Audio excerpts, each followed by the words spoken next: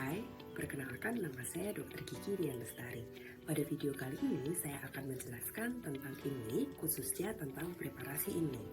Nah, yang pertama kali akan saya bahas adalah apa itu inlay, yang kedua indikasi inlay, yang ketiga pilihan bahan, yang keempat prinsip preparasi, yang kelima alat dan bahan yang perlu dipersiapkan, dan yang keenam adalah tahapan dari preparasi inlay. Yang pertama, saya akan menjelaskan tentang apa itu inlay. Inlay merupakan unit restorasi yang terbuat dari bahan logam, porselen, ataupun resin akrilik dan dapat dibuat di luar mulut. Sedangkan inlay kelas 2 merestorasi permukaan proksimal dan oklusal pada gigi posterior dan dapat melibatkan area fasial dan atau lingual dan menutup maksimal satu area tonjol pada gigi.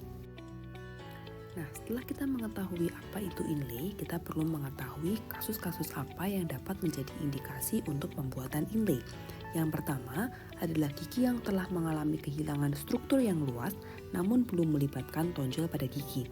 Dan yang kedua yang dapat dilakukan restorasi dengan inlay adalah restorasi pada gigi posterior yang menerima beban oklusal yang berat. Bahan-bahan yang dapat digunakan sebagai material inlay antara lain adalah komposit, metal, dan juga seramik. Komposit memiliki estetika lebih baik dibandingkan logam, lebih murah, mudah dilakukan polishing di luar mulut, dan bisa dilakukan reparasi. Sedangkan kelemahannya adalah bisa mengalami micro leakage, memungkinkan perubahan warna, kekuatan lebih rendah dibandingkan dengan porselen dan juga logam. Sedangkan material metal atau logam memiliki kelebihan dalam menahan beban kunyah yang tinggi dan tidak mengalami perubahan bentuk di dalam mulut setelah dilakukan insersi. Namun, kelemahan dari metal adalah memiliki estetik yang kurang, konduktivitas termal yang tinggi, adaptasi dengan dinding kavitas yang kurang baik, dan memungkinkan adanya daya ungkit pada gigi.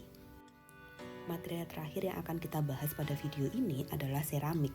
Seramik seperti terlihat pada gambar memiliki estetik yang paling baik dibandingkan dua bahan sebelumnya. Materialnya cukup kuat, namun tetap dapat mengalami fraktur di bawah tekanan kunyah yang tinggi.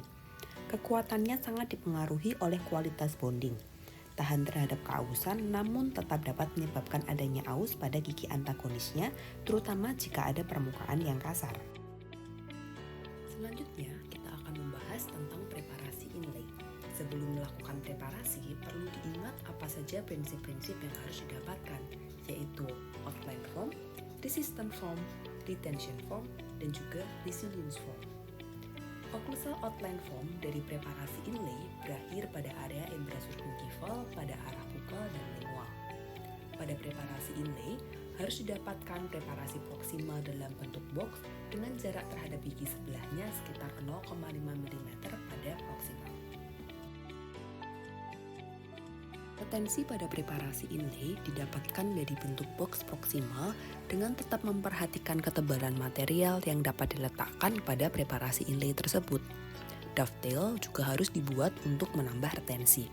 Sedangkan resistensi dari inlay didapatkan dari pulpa dan gingival wall yang datar, dinding yang lurus, dan juga axiopulpal angle yang bersudut tajam. Dari penjelasan sebelumnya, inti dari preparasi inlay adalah harus terdapat jarak yang cukup untuk meletakkan material inlay kurang lebih 1,5 mm, terdapat jarak sekitar 0,5 mm pada proksimal dari gigi di sebelahnya, menambah retensi dengan menggunakan dovetail, dan preparasi harus dibuat dengan dinding tegak atau sedikit divergen sekitar 4 derajat ke arah oklusal untuk memudahkan path of insertion. Selanjutnya akan saya tunjukkan beberapa bur yang dapat digunakan untuk preparasi inlay.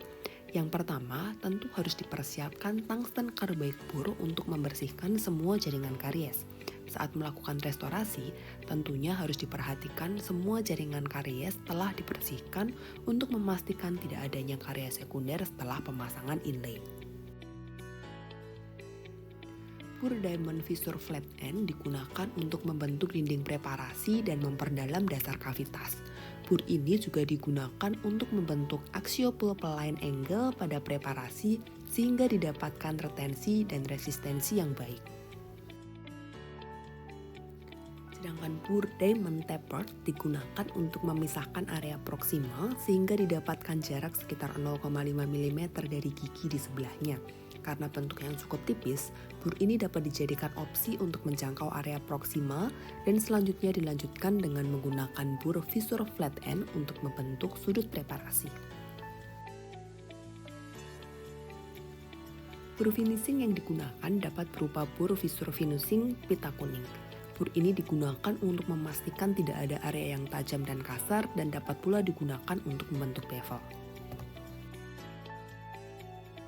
Nah, setelah kita tahu tentang prinsip preparasi dan alat yang perlu dipersiapkan, silakan Anda lihat video tentang preparasi yang akan saya tunjukkan setelah ini.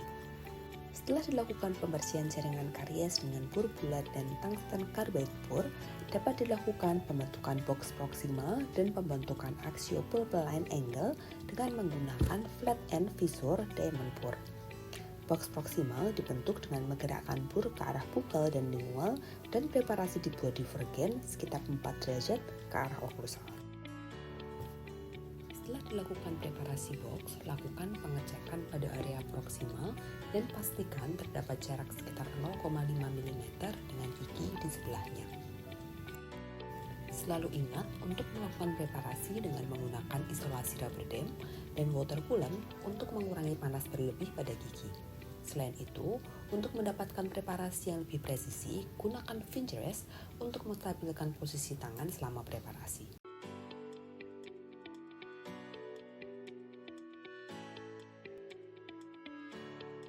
Setelah dilakukan preparasi, cek dasar kavitas dan bentuk preparasi.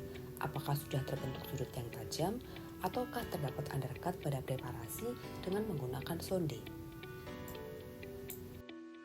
Akhir preparasi akan terlihat seperti pada foto ini.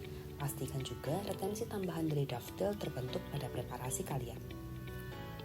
Nah, demikianlah video tentang inlay, khususnya tentang preparasi inlay yang sudah kita lihat bersama-sama. Semoga dengan adanya video ini dapat menjadi media pembelajaran untuk kita semuanya dan tentunya semoga dapat bermanfaat. Terima kasih atas perhatiannya dan sampai jumpa pada kesempatan selanjutnya.